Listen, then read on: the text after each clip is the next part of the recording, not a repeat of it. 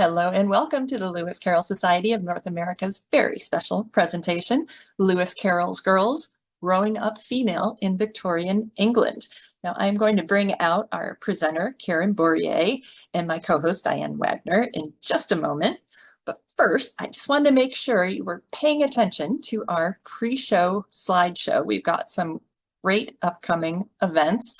On October 5th, we've got artist Mia Arajo for a virtual event hosted by Mark Burstein. She will be telling us all about her West African-inspired reimagining of Alice's Adventures in Wonderland. So that will be fantastic.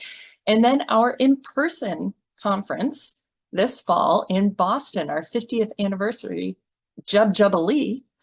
Have you registered yet? Because early bird pricing expires very soon. So you definitely want to get in on that. And hopefully we will see you all in Boston in November. And then lastly, our social media. It's the best way to keep in touch with us. You can send us messages about projects you're working on or maybe suggestions for events. And also it's just the best way to keep up with LCSNA news you can use. And I would like to make a special plea for our Facebook page, as our original Facebook page was banned by Facebook for going against their standards because of impersonation. I guess they thought we were actually impersonating Lewis Carroll. I'm not sure, but yeah, official word came through, and that page, which had 2,000 followers, is now defunct. And we have a brand new page, Lewis Carroll Society North America, or if you just search for it in the search bar in Facebook, that will be the only thing that comes up. So I would appreciate it if you would follow us there. And if you're not into Facebook, though, remember we are on Instagram and Twitter. And also don't forget about our YouTube channel. You can subscribe and you will be notified as soon as we put a new video up. All right. My name is Heather, by the way. I'm the Vice President of the Lewis Carroll Society of North America, and I also get to plan and host these virtual events we bring to you month after month. And today I have a co-host that I am very excited about, Diane Waggoner. Most of you know her. She is a board member of the LCSNA. She's Curator of Photographs at the National Gallery of Art. And she is the author of a book that I know is an invaluable resource to so many of you, Lewis Carroll's Photography in Modern Childhood. So welcome, Diane, who is in turn going to welcome Karen to our event. Hi, Diane. Thank you. Well, it is my pleasure to introduce Karen today. I was so excited when I first met Karen, and she told me that she was working on this project to do a collective biography of Lewis Carroll's child friends, which I think is just a fantastic idea. And I am so excited to get a sort of sneak peek of this project in our talk today. But I will introduce her before I turn it over to her. Karen is Associate Professor of English at the University of Calgary, and she specializes in 19th century literature and culture, disability studies, the digital humanities, and women's writing. She is the author of the book, The Measure of Manliness, Disability and Masculinity in Mid-Victorian Fiction, published by the University of Michigan Press in 2015, and then also Victorian bestseller, The Life of Dinah Craik, University of Michigan Press 2019. She has published numerous articles in journals such as Victorian Literature and Culture and Victorian Studies, and she is also the project director of a peer-reviewed digital resource, 19th Century Disability, Cultures and Contexts. And as I mentioned, currently working on this collective biography of Lewis Carroll's child friends, tentatively entitled Child Friend, the Girls and Women Who Knew Lewis Carroll. So without further ado, I'm going to turn it over to Karen to tell us all about it. Okay, thank you so much. And thank you to Diane and Heather for inviting me to give this talk. I'm really excited. And I'm presenting here from Calgary, Treaty 7 territory. And I was kind of chuffed to see that Morden Cohen, one of the founders of the Lewis Carroll Society, was born in Calgary, which was very different in 1926 than it is now in 2024. But yeah, that's kind of a nice connection. Okay, so we'll see if I can share my screen with. Okay, so the weather that October had been dull and wet, but on that day, the sun broke out. On a Wednesday afternoon, a group of older ladies gathered in the home of Mrs. Cecil Harmsworth. And hopefully now you can see a picture of her home there, the wife of the Liberal politician. The Hyde Park Gardens address was and remains one of the most exclusive in London, one of a row of large white Georgian terrace houses, complete with a private garden for the residents and with fountains and hidden pathways. Some of the women would have taken advantage of the sunshine to walk the 20 minutes from Kensington, through Kensington Gardens and Hyde Park, passing the Victorian Albert Memorial and the statue of Peter Pan along the way. It was 1932, and the men in the streets wore bowler hats and fedoras, and the ladies matched their shoes to their handbags. Most of the group had known each other since their Victorian childhood, and there would have been catching up to do over tea and cake. But the group was also gathered on important business, for this wasn't just any group of ladies. It was a group of women, now gray-haired, who had once been the child friends of Lewis Carroll. They were now gathered as the helpers of Wonderland, or HOW. Okay, the guest of honor, as reported in the Times, was none other than the original Alice in Wonderland, now Mrs. Hargreaves and the patron of HOW. Mrs. Hargreaves was a stately 80-year-old woman, grown up from the bewitching 7-year-old with a dark fringe who had begged Lewis Carroll to write down the stories he told her and her sisters on that golden afternoon 70 years ago. Her younger sister Rhoda was now 73, and she was there too. So were Evelyn and Ethel Hatch, who lived in nearby Kensington, but who had also grown up the daughters of an academic in Victorian Oxford. The group would have been aware of who wasn't there too. First and foremost, Alice's other sisters and companions from that golden afternoon, Ina and Edith. But there were other girls missing besides the little sisters. Angie Ackland, Alice Donkin, Exie Kitchen, and Ethel Arnold had all passed away in the last few years, having lived to old age. Not all of their group had been so fortunate. Ethel's sister Julia had died of breast cancer in her 40s, more than 20 years earlier, Edith Little on the eve of her engagement. 60 years ago, they had all walked into the university parks, rowed and punted down the river, and played logic games with the Reverend Dodgson. In addition to inspiring his stories, they had been among the first children to have their portraits taken by him at the dawn of photography. They remembered the Reverend Dodgson fondly, a spare, erect figure in the black frock coat and white cravat common to clerical dons of half a century ago. They might meet him walking in the Broad Walk or the parks with his peculiar stiff jerky gait and his tall hat. He wrote them letters in purple ink with invitations to tea or to dine, 2 courses with the famous Christchurch meringues. Or he invited them to London to visit the pantomime or to see a picture gallery or a matinee at the Lyceum with Henry Irving and Ellen Terry. So now it was the centenary of Dodgson's birth, and his remaining child friends, as he called them, hoped to do something to remember him by, something that would improve the lives of children just as his stories had. A couple of years earlier, J.M. Barrie had left the copyright of Peter Pan to the Great Ormond Street Hospital for Children. It was the perfect charity to remember one of the greatest works of the golden age of children's literature and its author by. And this group, too, would honor Lewis Carroll through a philanthropic contribution to medicine. They would erect a children's ward in his memory at St. Mary's Hospital, Paddington, not far from where they all sat. The idea made sense on multiple levels. It would be benefiting the children who still loved Carroll's Alice books, and Professor Collingwood, a nephew of Charles Dodgson, was now professor of physiology at St. Mary's Medical School.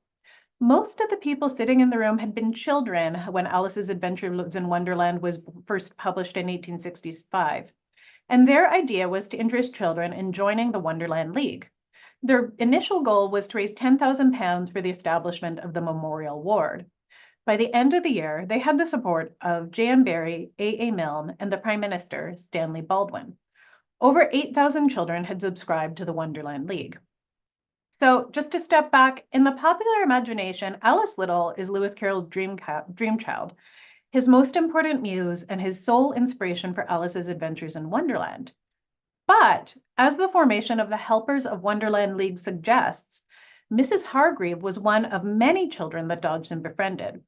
She would become the figurehead of the League and the fundraising efforts that followed in the centenary of Dodgson's birth in 1932, causing some surprise in the popular press that the real Alice was still alive and attending fundraising galas in Carroll's honor. While fame as a literary muse may have been somewhat unexpected so late in the game, to work at the center of philanthropic efforts alongside MPs and professors of medicine was a natural position for her. For Alice Little had been born into a tightly networked system of liberal Oxford families, who would reform education at the ancient university, as well as the country at large. Through their relationship with Dodgson, as well as their own efforts, these girls and women would change the course of 19th century art and literature. These family networks are reflected in Dodgson's photography. The most famous images of Alice Little are the ones where she poses alone for Dodgson's camera. And I think probably everyone here will be familiar with the most reproduced of these, which is Dodgson's portrait of Alice as the beggar maid. And it shows a 6-year-old Alice, barefoot and clad in rags, looking straight at the viewer. And I would just step back for a moment. In June, I was in Oxford, and I was actually able to see a colored copy of this photograph that was sort of treasured by the Little family, kept in a velvet case in Christchurch, Oxford. So, however popular it is, this portrait, I would suggest, is not necessarily typical of Dodgson's photographic output as a whole. So as Diane Waggoner reminds us, Dodgson typically shared his photographs in albums. And I would just note that in contrast to today, we often see these photographs scanned and shorn of their original context in the internet, or on the internet. And there's one in particular of the MacDonald children, where the MacDonald mother, Mrs. MacDonald, is right on the side, and Charles Dodgson is lounging in front of the children, and people will often just crop out the mother, which I take offense to. But yeah, so it's interesting. So we see these photographs shorn of their context in the internet, but they're originally presented, as Waggoner writes, in albums. And these albums that Dodgson carefully curated played, quote, an active role in creating the select friendships that were represented in the portrait photographs on their pages, as Waggoner notes. The photographs represent the dense network of social connections in 19th century Oxford. So many, if not most, of Dodgson's portraits of Alice show her not alone, but ensconced in family life with her sisters. In Dodgson's portraits, the three sisters are nestled on a sofa, playing on a seesaw, or holding small guitars. Their dresses are matching and pristine, but they look like they're really playing. Until, that is, one looks a little closer. So this portrait that I've got up of Alice and her older sister, Ina, appears to show the sisters at play on a seesaw, bolstering the ideas that were solidifying in the 19th century of childhood as a time of innocence and play. But even a brief second look at the portrait reveals how artificial the play is. Alice is perfectly posed on the end of the seesaw in the air, her dress folded neatly and implausibly over both legs. And it just shows off the lovely trimming of her dress. Crucially, the portrait does not show the end of the seesaw on the ground, although I think we can maybe see who's holding it down, perhaps the other sister. And we might wonder who is holding the other end down. Alice's older sister, Ina, is holding a croquet mallet, not the seesaw, and poses in her immaculate dress. Part of the reason that the portrait does not catch Alice in midair, of course, is the long exposure times needed in 1860 to capture an image.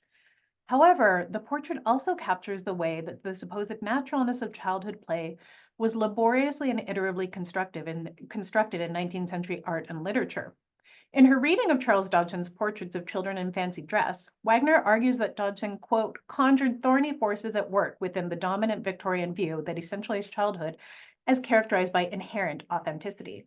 So, and I would add that the stage nature of the portrait creates an intentional tension between the supposed spontaneity of play and the artificial portraiture that captures it. So other photographs, including Dodgson's photograph of the little sisters sitting in the Deanery garden, give us a hint of what it must have been like to be a little girl in 19th century Oxford.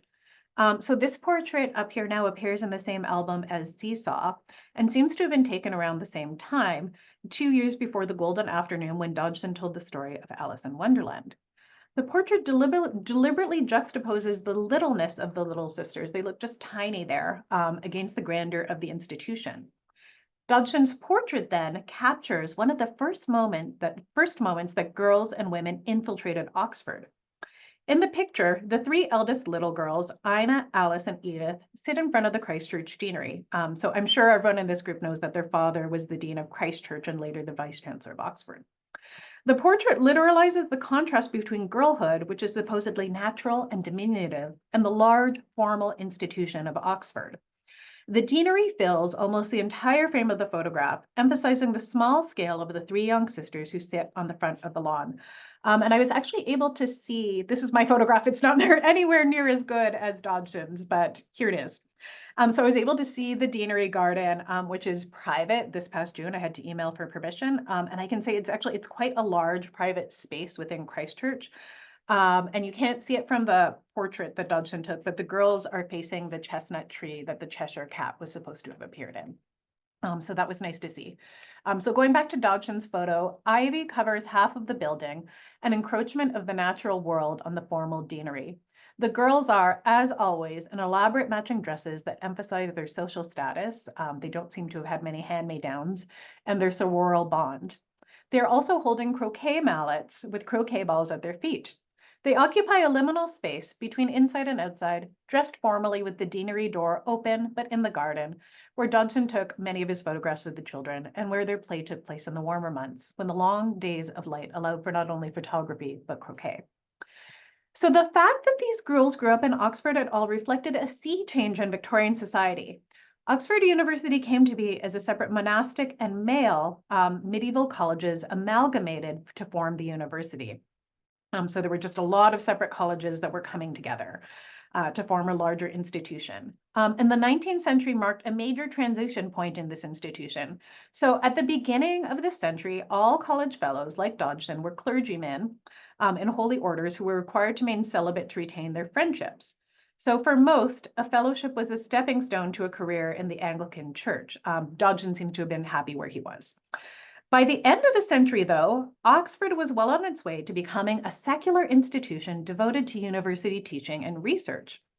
The middle-class females who came to Oxford in greater numbers than ever before, and I would just note there had always been women servants and, not surprisingly, sex workers in Oxford, were the daughters and wives of the few academics who were allowed to marry. So Dean Little in the 1850s was a little bit unusual in being allowed to marry. And of the unofficial coaches who set up shop in Oxford to help undergraduates through the new, tougher exam requirements. So at the turn of the 19th century, exams were pretty rote. Like you knew what was going to be on the exam. You spent your time hunting and drinking, and then you went up and gave your exam. But by the time all of these girls and women are coming to Oxford in the 1850s, 60s, 70s, the exams are starting to be real exams, and more teachers are coming in to help people through it. So then, as the rules around marriage gradually changed in the late 1860s through the 1870s, the women in Oxford were the wives of tutorial fellows who made up the largest proportion of the academic community. Finally, in the 1870s, the first women students, among them the daughters of academics, came to study at the ancient university. So that was when the first colleges for women, like Lady Margaret Hall in Somerville, were established in Oxford around 1879. Okay. The influx of women into the ancient university radically changed its tenor. As an undergraduate in the 1890s, Estate Max Beerbohm had caricatured the dawn of the old school as handing out platitudes and port wine. Some undergraduates characterized Dodgson himself as, quote, the living embodiments of old Oxford and the old unmarried dons. As one of the first female students remembered the scene 50 years later, the celibate fellows of the older generation shook their heads over the new young family men over the college port, while undergraduate magazines made irreverent jokes about the parks and perambulators. So the women those academics married were usually clever and energetic themselves. So while women like Dean Little's wife dressed handsomely in good satins and furs, and dressing their daughters, as we can see from Dodgson's photography, with equal care, the Oxford wives of the younger generation, so the women about 10, 20 years younger than her, wore peacock blue serge dresses with cruel sunflowers by day, so they're esthetes here, and jewel-toned evening gowns accessorized with wide lace collars and long strings of amber beads by evening. They were serious-minded women who supported women's rights and threw inexpensive dinner parties where the conversation was more important than the number of courses. They threw themselves into university life, putting on amateur theatricals, gaining permission to research in the Bodleian Library, organizing and attending lectures. And one of these academic wives, Mrs. Humphrey Ward, born Mary Arnold, became the best-selling novelist of the Edwardian era. So it may have all started with perambulators in the university parks, but those babies and girls grew up. The upbringing of many of Lewis Carroll's child friends had been just unconventional enough that they too forged new paths in life. Dodgson's first child friends were born in the 1850s and 60s at a time of expanding possibility for girls and women. Whereas a generation earlier, almost the only way that an educated and respectable young lady could earn a living was by going out as a governess. Middle-class women born in the second half of the century could and did enter the civil service and study medicine, albeit in small numbers. The life that a middle-class girl born in 1865 could expect, if she wanted it, was very different from the life that her mother had lived. This new girl, to use Sally Mitchell's phrase, kind of going off of the new woman of the 1880s, 1890s, who, rode a bicycle, smoked, went to college. So there was a new girl as well as a new woman. And the new girl had, for the first time, a period of study and professional life between being a child at home and marriage and children of her own. And she might even have a profession instead of a marriage and children, if that was what she wanted. And some of these young women did want it. They wanted to be artists and writers and astronomers, to campaign for women's rights, and to found radical schools for girls. It was not easy. So for most Victorian girls, pursuing a different life would have been impossible. But Dodgson's child friends had been born mainly into what Adam Cooper calls the intellectual bourgeoisie, the upper middle classes who were poised to take advantage of the new opportunities for women that were opening up just as they came of age in the 1870s and 1880s. So this new upper middle class were not landowning aristocrats. They were intellectual and well-to-do. They were the families of civil servants, barristers, judges, educators, clergymen, and bishops. Dodgson was fairly conservative, but the fathers and families of his child friends in Oxford were part of a deeply interconnected web of what we would now call university administrators and faculty who sought to reform the university. They were for the most part liberal, and many were in fact personal friends of the Liberal Prime Minister Gladstone. In a conservative environment. Although I would just note here that Gladstonian liberals were also family men. They were believers in church and state, and their call for greater religious and intellectual freedom did not generally involve turning Victorian society upside down.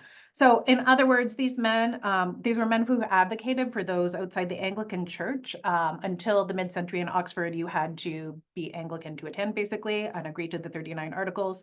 So they advocated for those outside the Anglican Church, poor men, and sometimes even women, to be allowed to study at Oxford. But these men also assiduously cultivated the acquaintance of the royal family. The liberal politics and theology of these men had a very real impact on their daughters. When the first colleges for women opened up in the 1870s in Oxford, many of them were quite literally across the street from the new red brick suburbs in North Oxford, where Dodgson's child friends lived, and where these young women had become the first students. And once they finished their studies at Somerville or Lady Margaret Hall, the professions and elected positions were just starting to open up to women. So the lives of these girls and women were shaped not only by their own desires and temperaments, but by late Victorian society as a whole, and the opportunities and lack thereof it afforded them. Many were educated at home by a governess and their mothers, as their mothers before them would have been. But some moved on to study at the newly established high schools and universities for women. They pursued artistic interests from watercolors to the violin in their personal lives, if not professionally, receiving lessons from music masters and drawing masters as young girls, and attending Ruskin's art school and singing in Oxford choirs as teenagers. They married schoolmasters and clergymen and civil servants. They had children later in the century at a time of declining fertility. In line with their generation, they came from families often of half a dozen children or more, but they had 3 or 4 children themselves typically. Their sons died in World War I, or they lived, and in some cases, the sons of these child friends became some of the best known writers, artists, scientists, bishops, and philosophers of the 20th century. So the mothers of Aldous and Julian Huxley, of Peter Llewellyn Davies, better known as Peter Pan, of the renowned potter Michael Cardew, and the philosopher Frank Ramsey and his brother Michael Ramsey, the Archbishop of Canterbury. These were the sons of mothers who were all child friends of Dodgson. Many of the child friends also did not marry or have children. Some had intimate, lifelong relationships with other women. Some lived on their own in flats in Kensington, frequenting the museums of London. Some retired to the country to garden. They remembered their friendship with Lewis Carroll, who wrote about him in magazines and periodicals, and came together to celebrate the centenary of his birth in 1932. Following World War I, most ended their lives in more straitened financial circumstances than they began them. With the exception of Alice Little, we know very little about their lives. Much more attention, I would say, has been paid to what Lewis Carroll thought about these young girls than to what they thought about themselves. In the 20th and 21st centuries, interest has swirled around the question of what exactly Carroll's interest was in these girls and just how prurient it was. The rumors seem to have started with a 1933 essay presented by A.M.E. Goldschmidt in Oxford, Alice in Wonderland Psychoanalyzed, and reached a fever pitch in the 1990s cultural panic around pedophilia.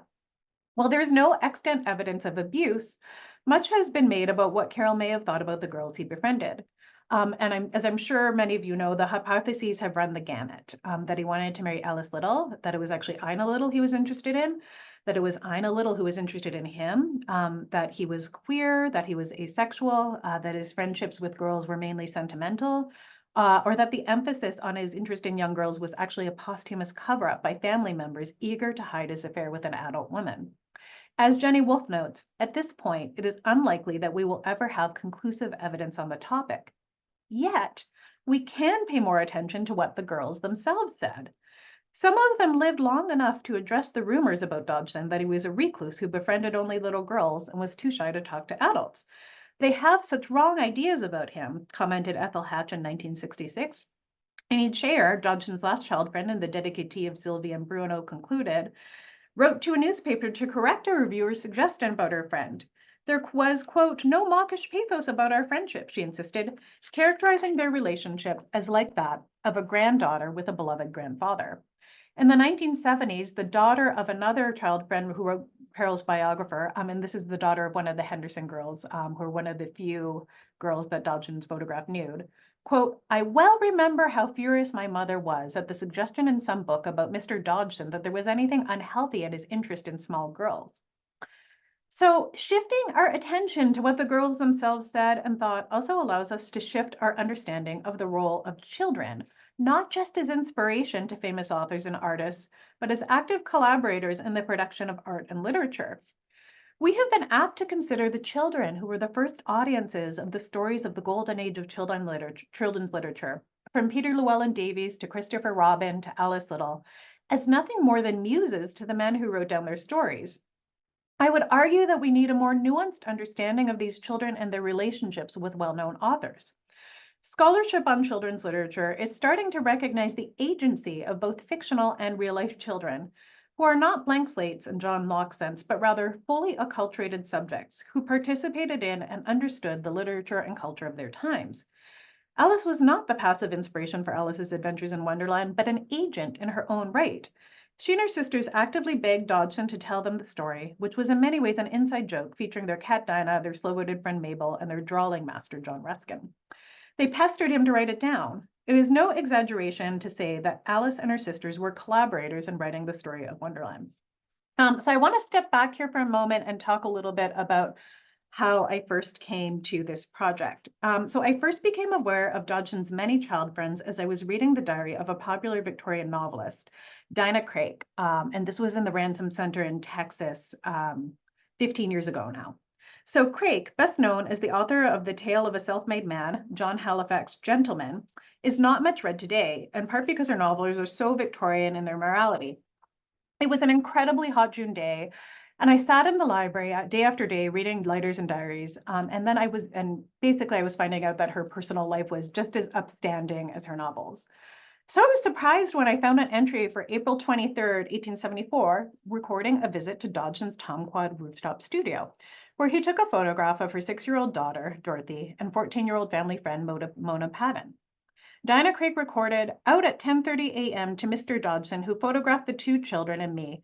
Mr. Dodgson took Mona and me to the Bodleian Radcliffe to see all of Oxford from the top of the Radcliffe camera. They went on, leaving me at Magdalen for chapel. I walked almost alone to Magdalen Bridge, ball from 8 to 9. Then, 5 years later, Craik recorded in her diary in 1879, cold and wet, Dorothy and I went to Mr. Dodgson, where he photographed her in Japanese costume.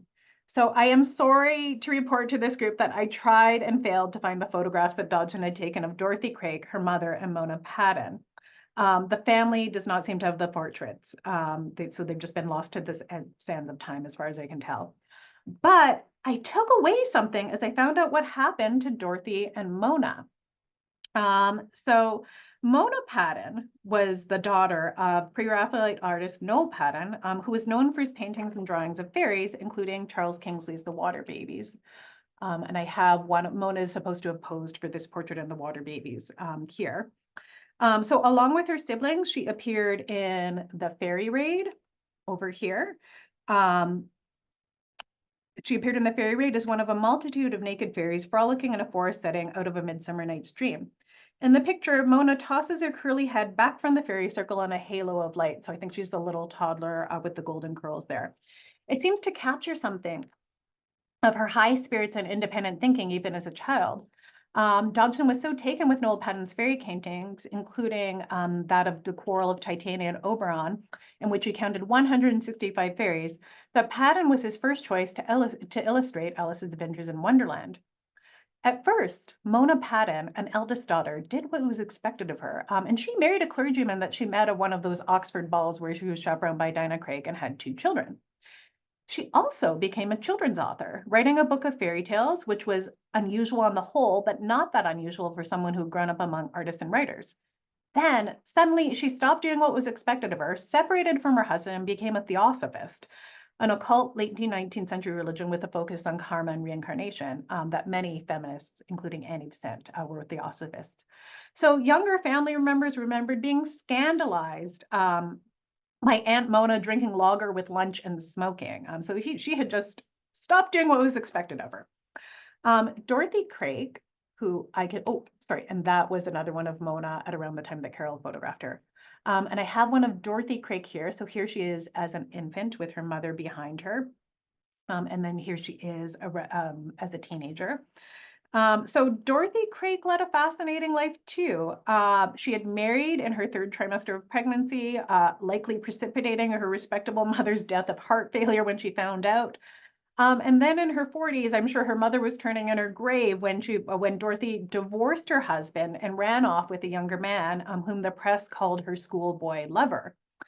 And as I was thinking about it, I realized these things were only possible because divorce was opening up in the 1860s to women. So like you could just lead a very different life than you would have if you'd been born 20 years earlier. So the fascinating life stories of Mona Patton and Dorothy Craig were in the back of my mind as I finished my biography of Dinah Craig in the spring of 2018. That spring, a high-profile exhibition came out at the National Portrait Gallery in London, Victorian Giants, the Birth of Art and Photography. The exhibition included selections from Dodgson's portraits of his child friend made by the then Duchess of Cambridge. The timing of the exhibit and what I already knew of the girls other than Alice Little, who had been befriended by Dodgson, set me thinking about what the lives of these other girls may have been like. And as I researched, I became especially interested in those girls who lived in Oxford, who seemed to have had more opportunity than most to take advantage of the new opportunities for girls and women. As Evelyn Hatch wrote, Reverend Dodgson made friends with children everywhere, from London to the seaside, but his most treasured friends lived in Oxford. So I will just share a little bit of what I have found out so far. So this is a portrait of Sarah Angelina Ackland with her brothers in the middle. It's a portrait by Dodgson. So Angie Ackland, as she was called to distinguish herself from her mother, was disabled at age 8 with an undiagnosed illness that impaired her leg. Which was tough on her in many ways, but it also allowed her to imagine a different kind of life.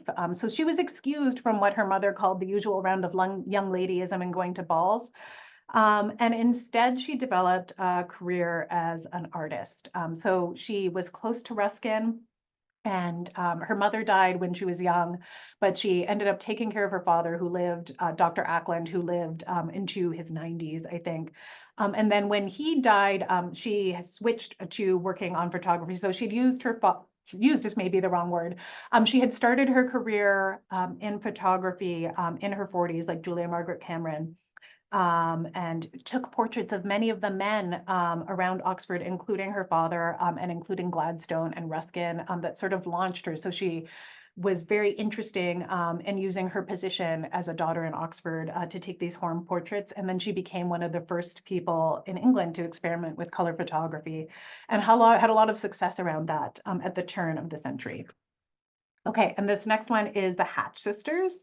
So I think there's been a lot of attention focused on the Hatch sisters as some of the few children that Dodgson photographed nude. But what I want to think about is Ethel Hatch, who lived to be 105, which is quite amazing in and of itself. but who also became an artist herself, and who was a woman at the Slade School, which was kind of avant-garde in the 1890s, and who first worked in oils, but then when she had some strain on her heart from lugging around all the oil paintings, shifted into working in watercolors, which were seen at the time as more feminine and easier. Maybe that's why she didn't want to start in them. But she had a great career starting in her 50s or so, painting flowers and watercolors. Okay, and then there's Annie Rogers. So she is the one, this is Queen Eleanor and Fair Rosamond, and she is Queen Eleanor holding that mug that she's gonna poison her husband, Henry the Seventh's mistress, Fair Rosamond, with it. So this is a photograph that Dodgson took of her in fancy dress. And I love the expression on her face in there. She didn't poison anyone in real life, luckily, but she looks quite determined, and she really was. So she's the daughter, again, of another liberal, this time even radical Oxford academic, knows many liberal politicians, radical politicians growing up. Her father, Thorold Rogers, was a real character and an MP. And she went on, he helped her to sit the Oxford local exams, and the person who won was supposed to, or who came out on top, was supposed to have a scholarship. And Abe Rogers came out on top, but she couldn't have the scholarship to Oxford because she was not a man. But for the next 47 years, she helped young women and tutored them. And finally, when women got the degree in Oxford in 1920, she was one of those first women to get the degree. So this one is not by Dodgson. This is by Henry Holiday. A watercolor, and it shows Exie Kitchen and Winifred Holiday. And what's interesting about this photo, or about this portrait, is that they are playing the violin, and Dodgson also took portraits of both of them playing the violin. So from a contemporary perspective, I think this looks like just a nice, idyllic Victorian childhood. They're playing the violin, but in the 1870s, it was super avant-garde to play the violin. And the reason behind that was that the violin and the fiddle were kind of associated with the devil. And also it wasn't seen as very ladylike, the way you had to hold the violin underneath your chin. It wasn't as attractive as sitting up playing the harp or the piano. So it was really more bohemian, girls from more advanced families that played the violin. And Exie actually met her husband as her violin tutor, which her family was not thrilled about.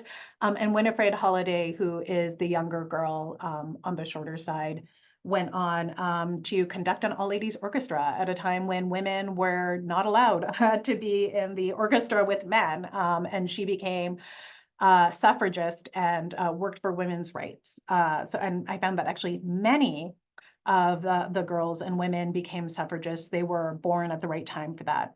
So this is a portrait that Dodgson took of Mary Arnold, who became Mrs. Humphrey Ward on her wedding day, and the rest of the Arnold sisters. And they all led, again, fascinating lives. So I mentioned earlier in the talk that Mrs. Humphrey Ward became the best-selling novelist of the Edwardian era for her novel of religious doubt, Robert Elsmere. And then Julia Arnold became Julia Huxley, and she became the mother of Aldous and Julian Huxley. But I think what's really interesting about her was that when her husband wasn't getting the position that he wanted as headmaster in a school, she went ahead and founded a radical school for girls called the Priory. And it was kind of fitting because these are the granddaughters of one of the most famous educators of the 19th century, Dr. Arnold of Rugby, who was not there when Dodgson went to Rugby. But there's that connection there as well. Yeah, so they were in some all kind of fascinating, I think. So Dodgson befriended dozens of girls, and I'm sure we could go on all day, but I won't keep you all day.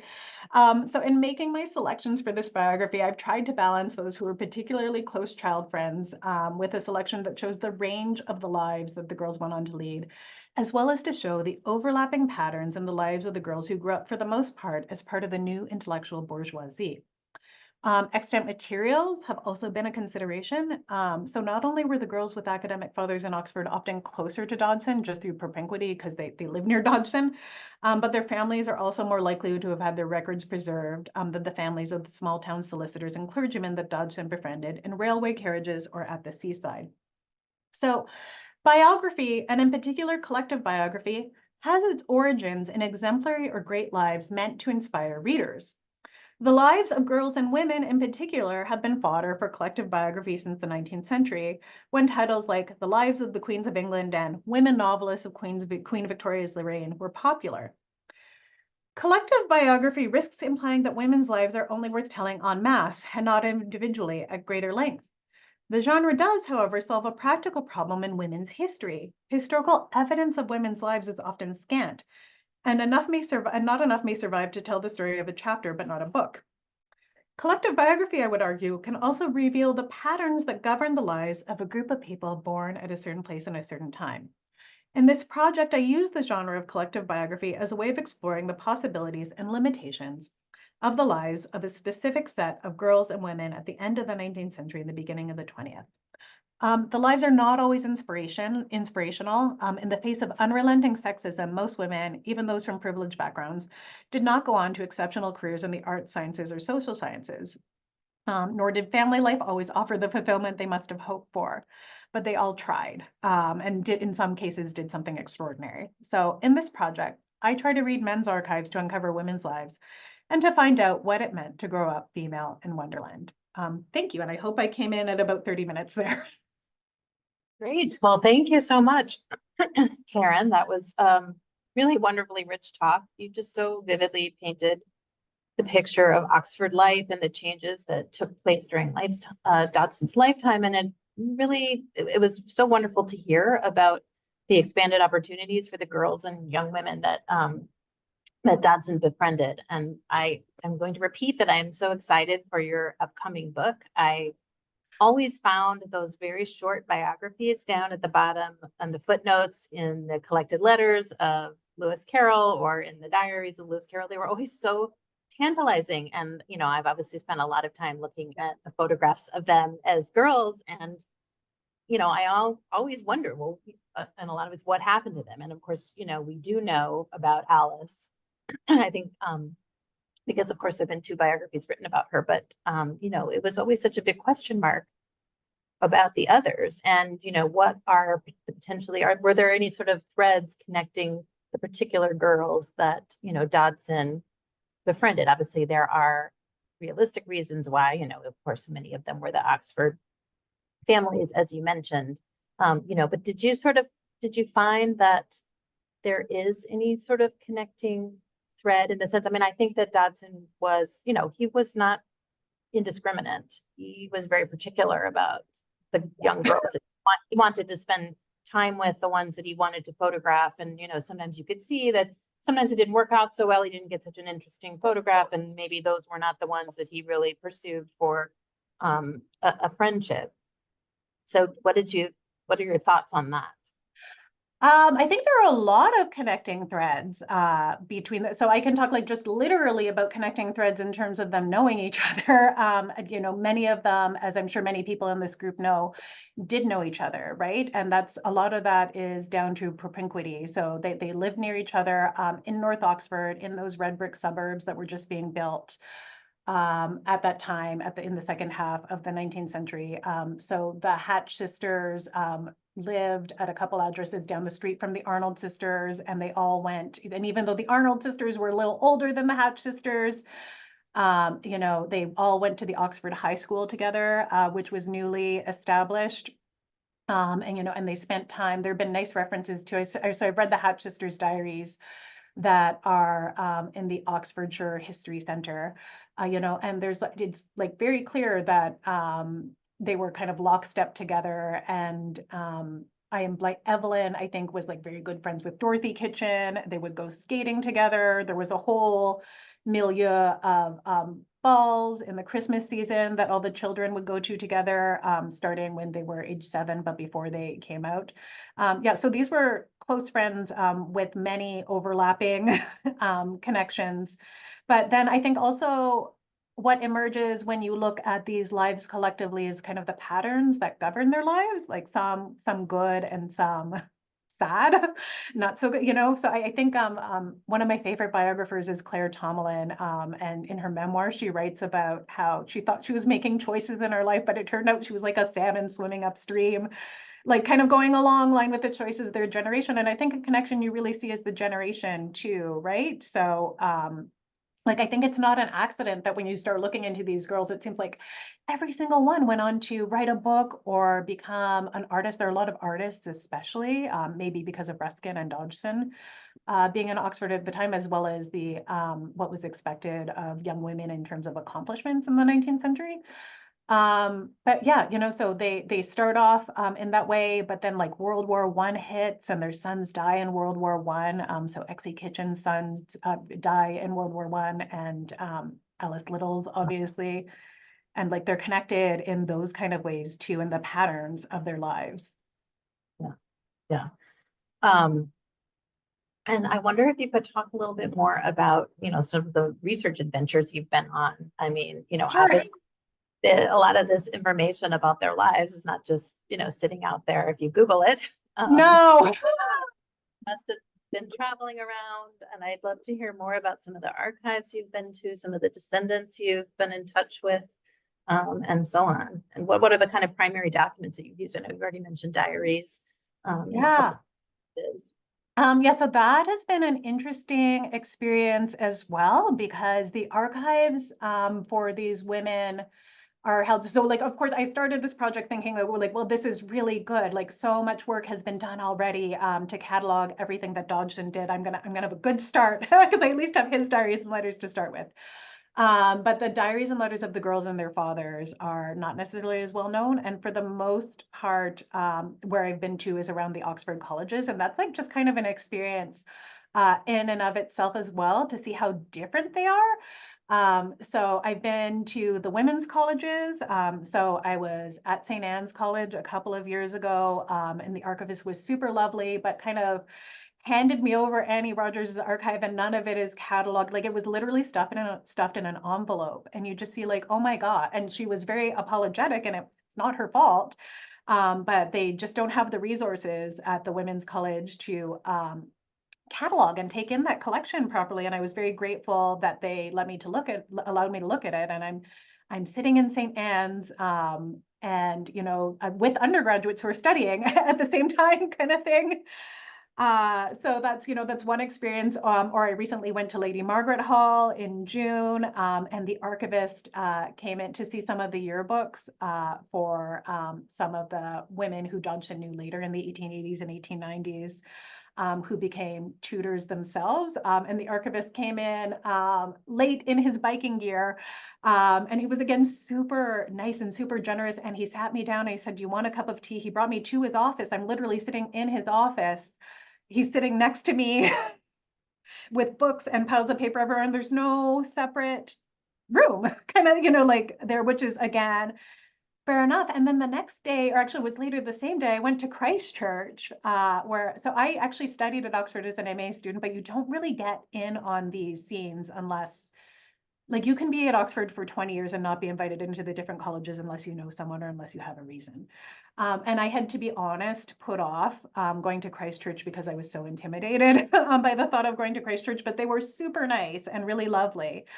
And, you know, so the groundskeeper and the person in charge of visitors showed me the deanery, and they were really nice about it. I asked to go inside, and I asked if some of the lexicon staircase, I think it's called, that Dean Little did, it's still there. They said it's still there. They didn't let me inside. That's okay.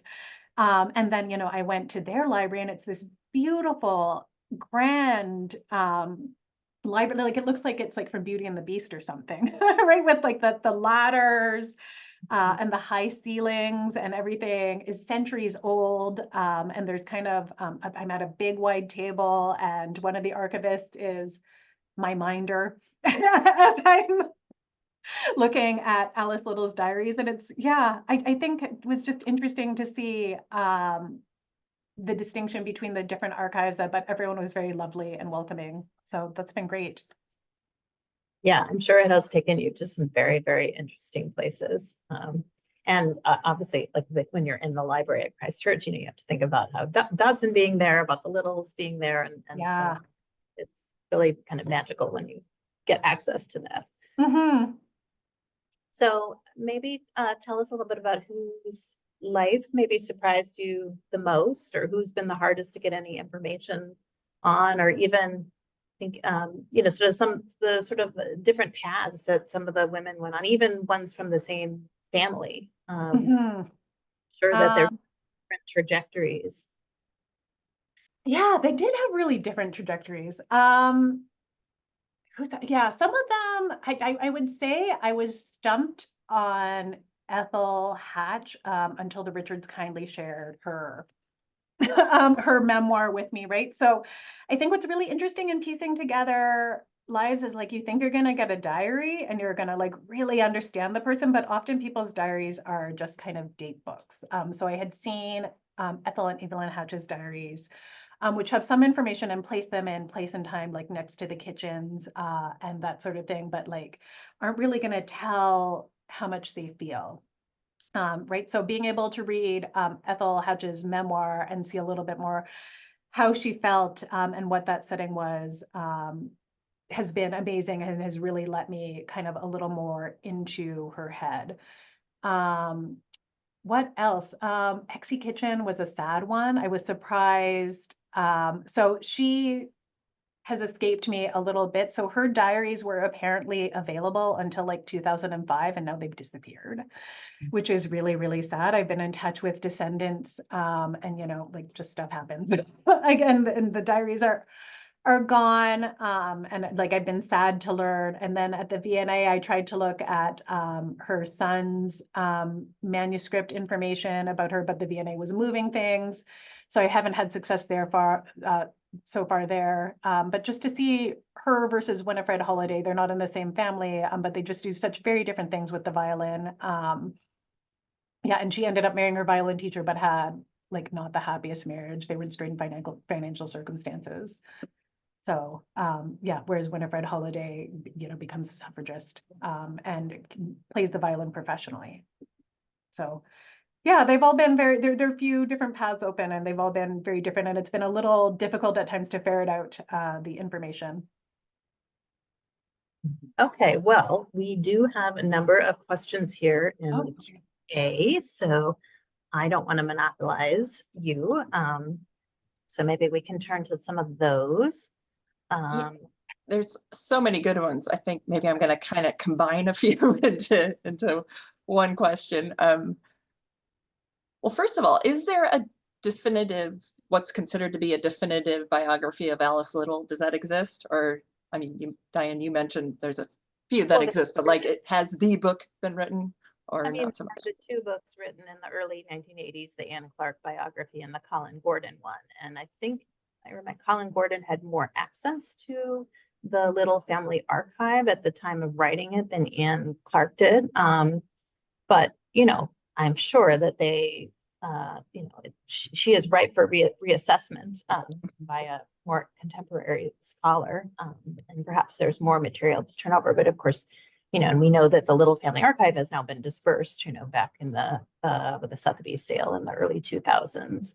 So it would be a harder task, I think, at this point. So a lot of the material that Colin Gordon uses in the 1980s is still at Christchurch, but in a private collection in Christchurch that I was able to get access to, but I think it's pretty well covered. And then there's Robert Douglas Fairhurst's 2015, The Story of Alice. That's really good as well. Right. On that, yeah. Awesome, thank you. A few people are wondering about, expectedly with this crowd, Lewis Carroll's continued influence on these women's lives. Like, did he help some of them out with their careers? Also, someone is wondering, didn't he pay for school for a few of them? So he offered to pay for Ethel Hatch to go to school and tried to get her into Herkomer's school, and that did not pan out. But yeah, he was super helpful to the Hatch sisters in particular. I think like staying in touch with them so they have a sad story where their parents died just as they were coming of age, quite dramatically, and they were dispersed. So one of the, you know, and they would spend Christmases sometimes with the kitchens and whatnot, but he always looked them up when they went to London, and he in particular was helpful to Ethel Hatch in trying to place her art. And he said one thing that I think about a lot, which was that even if she never makes a penny off her art, it'll be a resource to her for the rest of her life. And I think that, isn't that a nice thing to say? Like, I thought that was very, yeah, just a great piece of advice. He also helped many of the girls who were interested in logic. So I am thinking of, I hope I've got that, they're all called Ethel or Edith, or they all have the same name basically. But Edith Rowell, he saw that she had a talent for logic and for mathematics, and he tutored her, and she did go on to become a lecturer at Royal Holloway in logic or in mathematics, and like influence another generation of girls and women. And my impression is that he was always trying to get girls interested in math and logic, and some girls were more interested than others. I think he really irritated Mona Patton by trying to get her to play logic games after supper, and she was not into it. But others loved it and thought it was great and made a career of it. Yeah, but I mean, he didn't stay in touch with everyone either. You know, so Annie Rogers, who's the one who fought for women to get the degree, you know, said, oh, he didn't pay much attention to us afterwards. She was kind of a thorny personality herself, so I don't know, you know, who knows with personalities how it's going to go. Thank you. And speaking of the Hatch sisters, I really hope this is true. Elizabeth is wondering, wasn't one of the Hatch sisters the first woman probation officer in Oxford? Yes, yeah, that's right. Wow. Yeah, I think that's Beatrice, but I could be remembered. Yeah, there's so many to keep in mind. Yeah, I mean, they were just fascinating. It's like nobody was boring. Yeah. You know, I keep on, yeah. That's amazing. And also Elizabeth is wondering, did Dinah Craik meet Dodgson through her husband, George Lilly Craik, who was a partner at Macmillan? Oh, I love that question. Yeah, Craig, her husband was, I think, Lewis Carroll's editor at Macmillan, or there was correspondence between them and the Berg. No, I think she met them through Bonamy Price, or met him through Bonamy Price, and was at dinner at the Prices, and then went along from there to get the photograph taken. But yeah, it was just such a moment where I was like, am I seeing this right in this diary? Is this what happened? And wow. I wish I had tracked down those photographs, but I didn't. And Chris is wondering, is there a list available of the women who were part of the league that you spoke about at the beginning? Yeah, so I pieced this together from a couple of sources. So there's the article in the Times about it. And then if you go to the Internet Archive, the Wellcome Collection in London, which is the medical collection, has the reports of St. Mary's Hospital. And you can see from there who was on the league and also who was donating to the efforts. And it's kind of fun because there's some donations that are like from a sexagenarian Alice or from one of his, and you can see, like, I mean, not all of them are living by 1932, but you can see the donations coming through from the girls and women that he befriended. Great. Oh, Irene has an excellent question. We have heard that many of these girls married. Was it difficult for them to find suitors? Were men accepting of educated women, or did men disagree with women having access to studies? Oh, yeah, that's a good question. I think it depends on the man. Doesn't it? And how? Yeah, I am trying to think. So from what I have uncovered, the girls who were, so not all of them, not all of the child friends were quote unquote educated, or not all ended up studying at the university, although most, given the class that they were born into, would have had a pretty decent education. So yeah, I have not run into anyone saying that their husband was horrible about them being educated, and many of them went on to continue to write novels or have interesting careers, presumably with their husband's support. So, I mean, there are lots of undergraduates around Oxford who they could marry. So presumably, hopefully the more educated men were going to be more supportive. But that's a good question. I'll keep my eye open for anything otherwise on that one. Right. And Dieter is wondering, and actually for both of you, this is your bailiwick as well, Diane, have you come across any photographs of Agnes Hull? Do we know if any of those exist? I haven't. Have you, Diane? No. All right. Asked and answered. Okay. Right. So we're going to get to some of my questions now. I'm still fascinated. I can't wrap my head around this idea that as someone who played violin since she was 5 years old, that this was like a sign of the devil and kind of Oh, it sure controversial. was, yeah.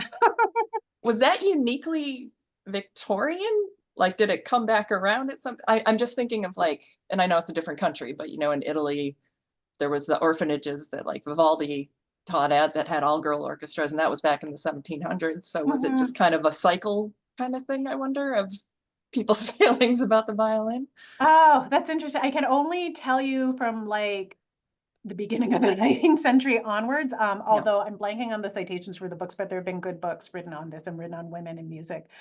So there are like some professional female violinists, but I think like something to really keep in mind is that if you're from the social class that is middle or upper class, it's like a little bit iffy to perform for people at all, right? Like except in the privacy of your own home as a woman, because if you are, so, you know, the idea is that it's ladylike and you want to be able to play piano because there are no like, there's no Spotify, obviously no records, no nothing. So that's a nice thing to be able to amuse your family with. But as soon as you are going on stage and performing professionally, it's like akin to sex work. Or I mean, not exactly like, well, I may be exaggerating a little here, but you are like putting yourself up there on display and you're selling yourself. And that's the kind of thinking.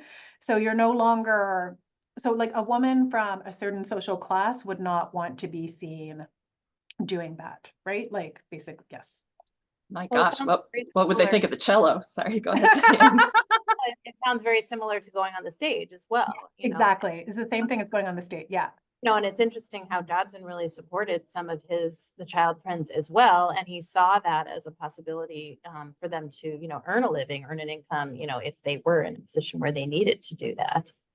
Yeah, no, you're absolutely right. Yeah. And he introduced Ethel Arnold had ambitions for the stage and he introduced her to Polly Terry and the Terrys and, you know, her ambitions for the stage, her family was really against it for these reasons that we're talking, like, it's not ladylike to go on the stage, but yeah, it's very interesting to think, you know, that he's photographing women playing the violin and he's supporting people with acting ambitions. So that's, yeah, different for the time as well. Do you know, Kirk is wondering, did he encourage any of the girls to write? You know, we've talked about encouraging them on the stage and music and logic. Is there any evidence of encouraging them to write? I'm blanking on that. Many of them did go on to write. So this is, you know, and I think he was generally supportive, but yeah. And I think the final question I'm going to ask here, sorry, we're not going to get to everything, everyone, but we are having a social hour right after this, so you can ask Karen some questions in person if you'd like. More than one person is wondering about the book. Are there plans for when do you think it will be published? When and where will it be available? Hopefully. So I need to get a proposal out. So I've drafted a lot. Academics tend to write a lot and squirrel it away and then send out a proposal when it's almost done. So unfortunately, no, thank you for asking, and no concrete plans yet, but hopefully in a couple years. Great.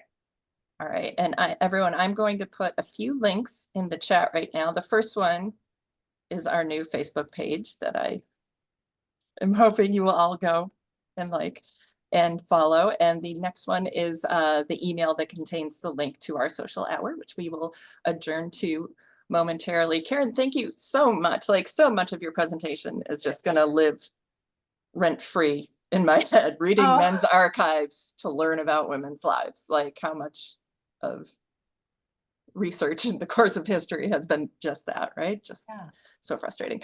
And Diane, thank you so much for co-hosting and holding that wonderful conversation with Karen. Do either of you have any parting words for our rapt audience here?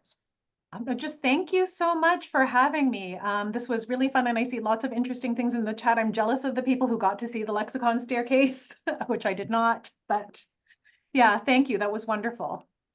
Yes, and I just want to thank Karen too. Again, it really was a wonderful talk, and just, I think, the tip of the iceberg, and we are all so looking forward to when you finally do publish this book. Absolutely. No pressure. Yeah. And Karen, I will send you a copy of the chat because yeah, I did see there are a lot of interesting, Yeah. fascinating comments going on there. Fast and furious there. All right. Thank you so much, everyone. We will see you October 5th for Mia Araujo for our next virtual event. And then don't forget to register if you can make it to Boston this fall, November 1st. Go to lewiscarroll.org/events and you can learn all about that. And thank you again to Karen and Diane. We'll see you soon.